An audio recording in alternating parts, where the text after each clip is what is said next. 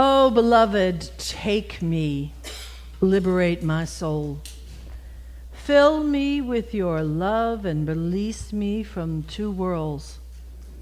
If I set my heart on anything but you, let fire burn me from inside. Oh, beloved, take away what I want. Take away what I do. Take away what I need. Take everything that takes me from you. That's Rumi. The wound is the place where the light enters you. How many of us would not like to think that that was true? It's not the only place. It's not the only way. But I do believe it is through the wound and through the pain and through the moments that we'd rather not be experiencing that spirit, that light has direct access. It just, because we in the moment feel broken. We think that we're broken, but really what's happening is that we're breaking open. So when we break open, spirit has direct access. What our job is to do is to learn how to label it as good, and to learn how not to be afraid, and to learn how to embrace when the light touches upon that pain and the suffering and the things that feels like it's wrong or that it's not working, that there's the magic that happens there, because it is that light that is fertilizing that place in your heart that becomes the transformed you. He also said, stop acting so small. You are the universe in ecstatic motion. Have you ever been to something with Krishna Das? A chanting, a day of chanting with Krishna Das, or a kirtan, where the kirtan always starts very slow and very quiet and sacred. And then it builds and it builds and it builds. And before you know, people are like they got springs on their butts and they're bouncing out of their chairs and they're whipping wildly around the room, because the music and the vibration and the possibility, and it's just there and it carries you. That's when you're saying yes to love. That's one way that can look. He also said, out beyond ideas of wrongdoing and right doing, there is a field, and I'll meet you there. When the soul lies down in that grass, the world is too full to talk about. Ernest Holmes, a little less poetic, but still beautiful. He said, the science of mind does not deny the physical universe. The objective universe is the body of God. That body includes our physical being. The universe is how we name the divine and the human, for every man becomes a unique manifestation of the whole, a microcosm within the macrocosm, rooted in the infinite. She personifies it. God incarnate in man, in woman. Not only humans manifest divinity, but everything that exists is a manifesting of the divine mind. But the divine mind, being inexhaustible and limitless, is never caught in any form. Is never caught in any form. It is merely expressed by that form. That manifest universe, then, is the body of God. So, do any of you take a gander at my Facebook page, Rev Jersey Girl, or my Facebook page? If you don't, I recommend it, because I've trained my Facebook page to be a place where you will never find anything on there that doesn't lift you. Stories, and I don't do political stuff on there. I don't think so. I don't do any. I just want to make sure. I don't want to lie. I don't think there's anything political on there, but I will always put things on there that are inspirational and uplifting. And there was a story that came across my feed the other day about this woman who, many, many years ago, she was a praise singer in her church. What do they call that? I forget. And what happened was she was in a horrific car accident. And she became paralyzed from the waist down. she continued on with a lot of effort. It wasn't easy. And they showed her, little clips of videos of her, working to get into the van that she had and working to get into a chair. Still singing in the wheelchair on Sunday morning, still being beautiful and brilliant, but paralyzed, beautiful and brilliant. And during this time, she met her husband, a man that would become her husband. He was a minister, and they fell in love, and he didn't see the chair. He saw her perfection. Isn't that our job for each other, right? That's our job, to see each other's perfection. So he saw her perfection, and they got married. And for years and years and years, she went to all sorts of healing services, and to be honest, it seemed like at one point she just got done. She was like, oh, please don't ask me to do this again. I would assume, not knowing that experience, that if I thought something was possible, my heart was set on it, to be disappointed time and time again would be hard, right? It takes a lot of courage and a lot of grit to be willing to do that again and again. Well, one time, 22 years later, she and her husband went to a service, and they did not know it was going to be a healing service. And they went to a healing service, and this minister, and I heard the accent. I don't know if he was South African or Australian, but British-like, but I didn't think it was necessarily British. And this minister started praying, and he started putting his hands on her, and something happened. And the power that is entered her body temple, healed her. And then in that moment, with some help, she began to take a few steps. Within a few minutes more, she began to be able to lift up her own legs. She now is currently walking after 22 years of not walking. Let that really impact you. Sometimes we stop too soon. Sometimes we give up too soon. Sometimes we think we've tried it enough times, When they say with a new business, when you start a new business, you never stop a new business for at least 2 to 3 years minimum. And then maybe, if you're lucky, you'll see some profit. And then you're just getting ready for profit. 2 to 3 years, they say. You know how many people stop before that happens? Most. So what happens is they wind up labeling themselves a failure because they haven't given the right amount of time to let the seeds grow that they planted. It happens, it happens quite regularly. So I know this experience even just with, the Creative Thinking magazine.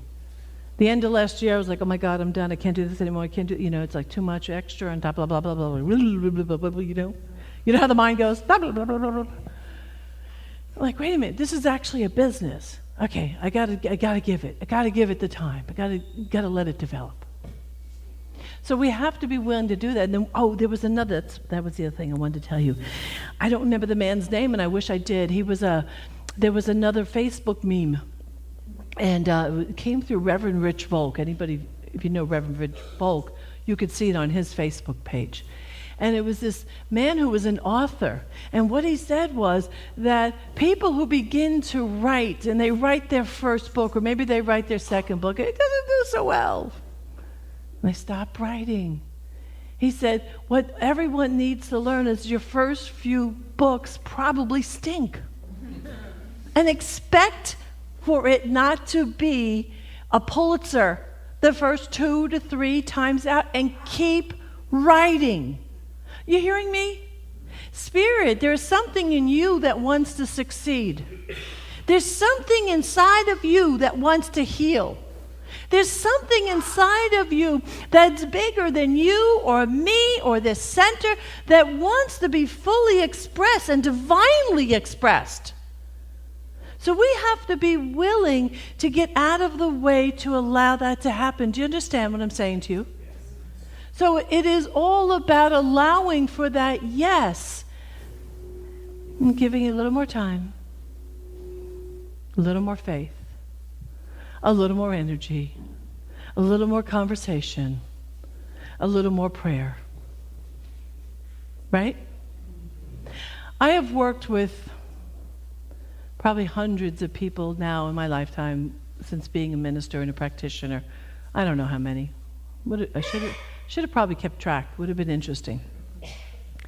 And what I know is that sometimes when I'm working with someone, I know when we leave this session, you might not always think that something wonderful is about to happen. You might not always recognize that there is something on the horizon for you, which means a full healing, a shift in a relationship. You might not always realize it, but I realize it.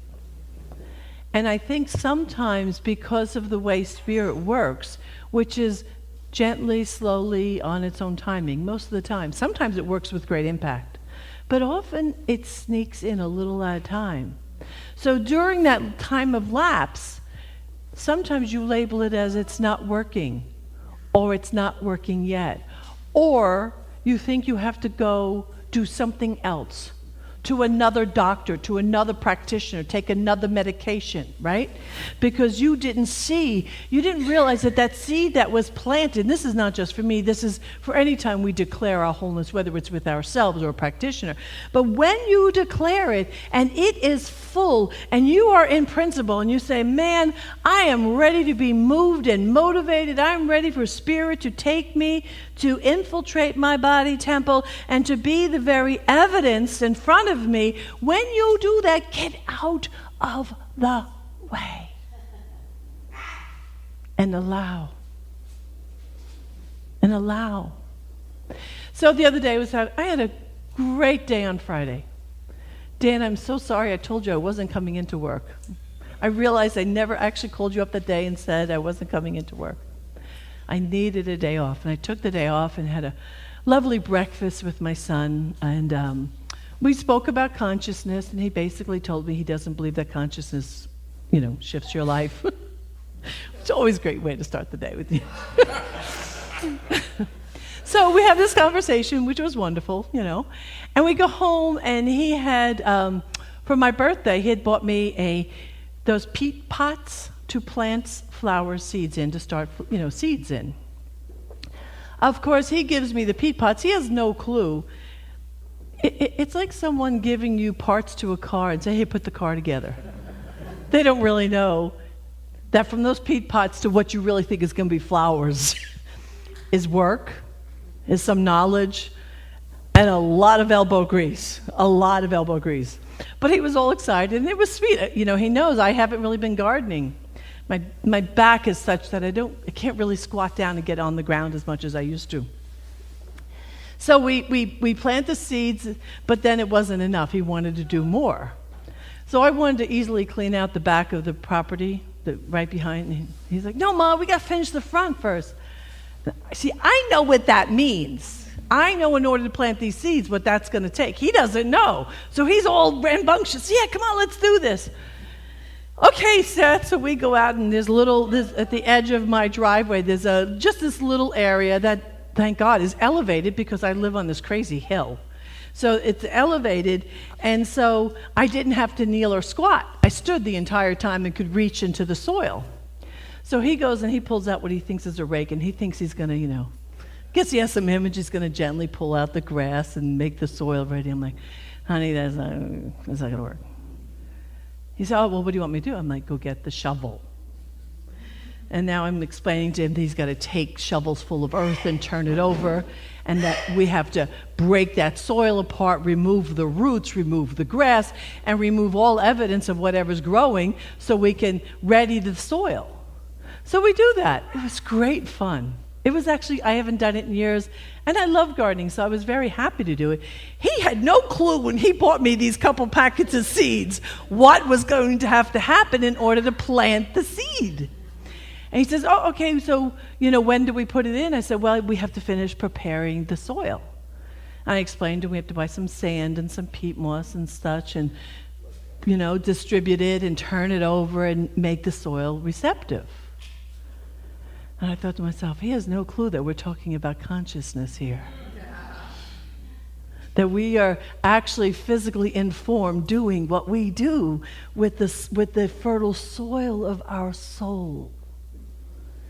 Your soul, in order to be fertile and to be friendly, to produce the fruits that you plant, you must have that your soil be fertile. We get fertile in a number of ways.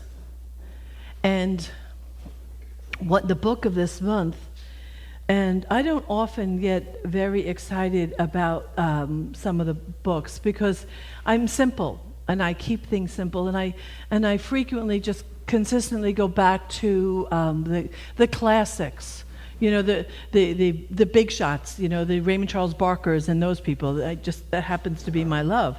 But Reverend Joel, he didn't even produce this book. But he recommended this book, Soul Vows. And this book is in our bookstore.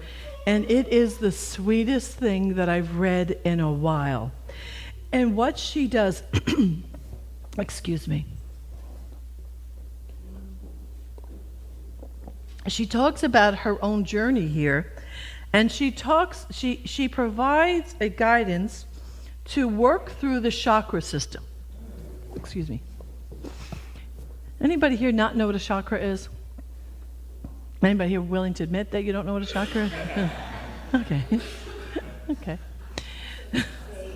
Vague. Yeah, I mean, the truth is, I only have a vague understanding myself, but I've had a lot of exposure to it over the years, and see, I think you might not realize it by looking at me, but I was probably more skeptical. What's the word? Thank you. Than most of you. It took me years before I even, really believed in that energy was something I could experience. It took me years. Now that's been many years, but I didn't walk in here and swallow everything. I was your left brain logical, got to prove it to me girl, okay? I just look mushy. I look mushy and because I'm loving and I got all that. But trust me, I do not just take on anything that's put in front of me. I don't. But what she does is she works with the chakras. And the chakras, with my limited understanding, you can Google it later on your own, is that they are energy systems in the body temple, okay? These energy systems have related to them the emotions of each human and the organs of each human. So depending upon where there is discomfort or pain or limitation in your body temple, certain practitioners, those would be very specifically Reiki practitioners, Qigong practitioners, and some others, will work to release the energy that's caught in these energy centers within your body temple. It's mostly taught that there are 7, but there are some teach that there are as many as 9 or even 11 different chakras that go above and beyond the body temple. So depending on what you're studying and what you're believing, you'll find that out.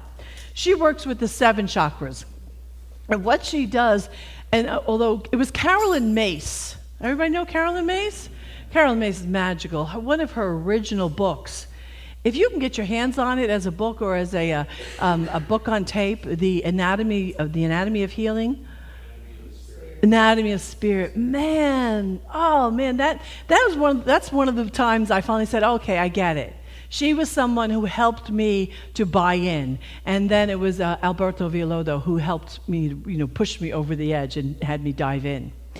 But so the point is that depending on who you are and what's going on in your life, your chakras have to be opened up and released and where your energy flows through them. So she works with the 7 chakras and invites you into this lovely practice of creating a vow to open up and to experience each chakra. It's lovely, and I'll read some things to you. It's really very sweet. So one of the things so if you want to move from a place of rigidity to flow, these are just some of the simple things she recommends. less media, more reading. Less facts, more intuition. Less consuming, more creating. Less commotion, more solitude. Less talking, more listening. Less noise, more silence. Less knowing, more unknowing. Isn't that great? Being willing to show up and not know. Less doing, more being. Less thinking ahead, more living in the now. So, how much time do I have left, gentlemen? What did he say? Okay, thank you. So the first, I'm just going to read the chakra, her description, and a one-line description as she presents it in the book. So she calls them all explorations, which is fantastic. What do I keep teaching you guys as practitioners now, Dan? Remain curious. Because the thing about a curious mind is that a curious mind cannot also be judgmental at the same time. Right? If you always stay curious and you're asking questions, you're seeking to understand, that means you've opened up to a new idea and new influence. So I love the idea of exploration, because she's not telling you, oh, it's this way, but she's saying, come and explore you. Not so much that this is the way you are, but come and explore you. So the first exploration, says, honor your belonging to the One. In this initial exploration, you will awaken to your dual royal lineage, fully human and fully divine, which I know we don't see as dual. However, in looking at them and taking care of them, that's how she presents it. Second exploration. Recognize the false unconscious vows that have kept you fragmented. In the sacral chakra exploration, you will uncover and acknowledge the falsehoods you've been telling yourself about yourself, and notice how those unconscious beliefs have kept you distracted and fragmented. The third exploration, gather yourself into wholeness. Your solar plexus chakra is the energy field of both your physical and spiritual centers of gravity. Fourth exploration, listen to your heart. When you release your false vows, you create room for your soul vows to make themselves known. Fifth exploration, declare your soul vows. In the throat chakra, you will explore the holy power of sound as your soul vows invite you to learn their sacred chant. Sixth exploration, gather the presence of the divine. The sixth chakra is the energy field of the third eye, the center of knowing and light. Seventh exploration, live in sacred unity. The seventh chakra is the seat of mystical communion with the divine. So you can see it's lovely. I believe it appears to be an absolutely lovely way of being and of showing up.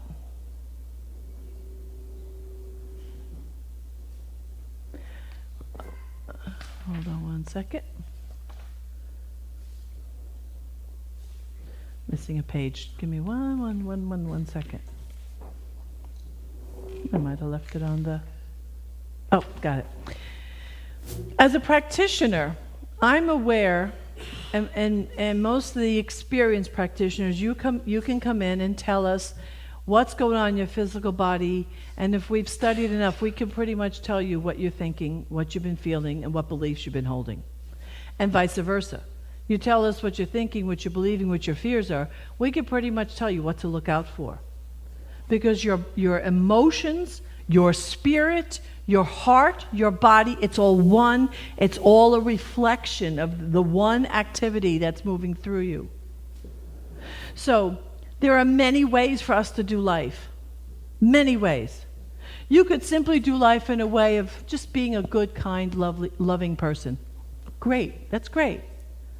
Or you could do it in a way where you throw off the restraints and where you dance with the divine, and where you're willing to engage humans, and where you're willing to look people in the eye, where you're willing to be uncomfortable and yet profoundly grounded in principle and in love so much that you don't run away from fear with fear. Some of the salons that we're having, it calls for us to do that, because we're engaging each other and we're engaging people we don't know. And some of it, and I keep saying this to you, and I assure you that this is true. I am an introvert.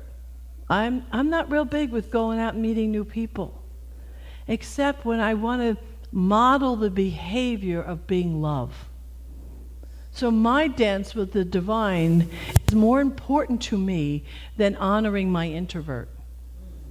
So when I'm serving that call, and we all have a call, you might not always know it. Maybe you just think it's voices in your head. But when you slow them down and you listen to them, you realize it's the call of the divine asking you to step up and to embrace the bigger part of you, the more expressed of you. Some of us haven't touched it. Some of you are playing small. You haven't held yourself in a high enough regard. Why? Ask yourself, not now, but ask yourself why. Why would I not allow myself to be seen as brilliant, magnificent?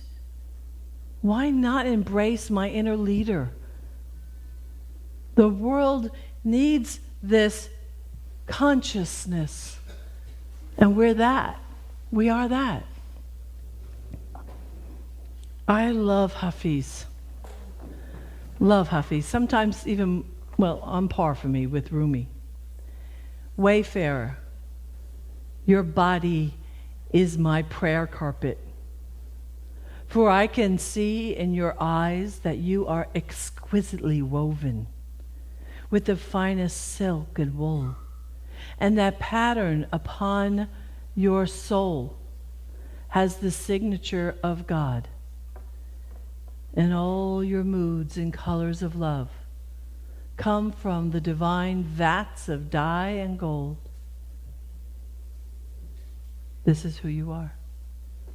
This is who you are, and this is who I am. And we do not have time in this very short lifetime for pettiness, for competition. We don't have time to be judgmental and arrogant and to withhold the gifts that we each have.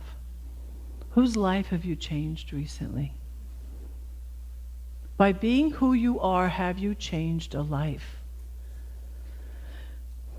And that's, actually I was going to say it's not to put you on the spot, but that's a total lie. I totally want to put you on the spot. Because it's in looking at that within yourself and calling yourself to a higher expression that you become more of you. This isn't easy, what we do here. But it is in accepting that dance that everything becomes so beautiful. So I'm going to ask, can you take a risk? Yeah. All right. All right, cool. Got some risk takers in the room. I would like you to stand and to find one person and hold the hands with one person and look them in the eye as I treat today. You could be with somebody familiar or somebody new, whatever you want. But everyone find one person. Marilyn, if you want to participate. Okay.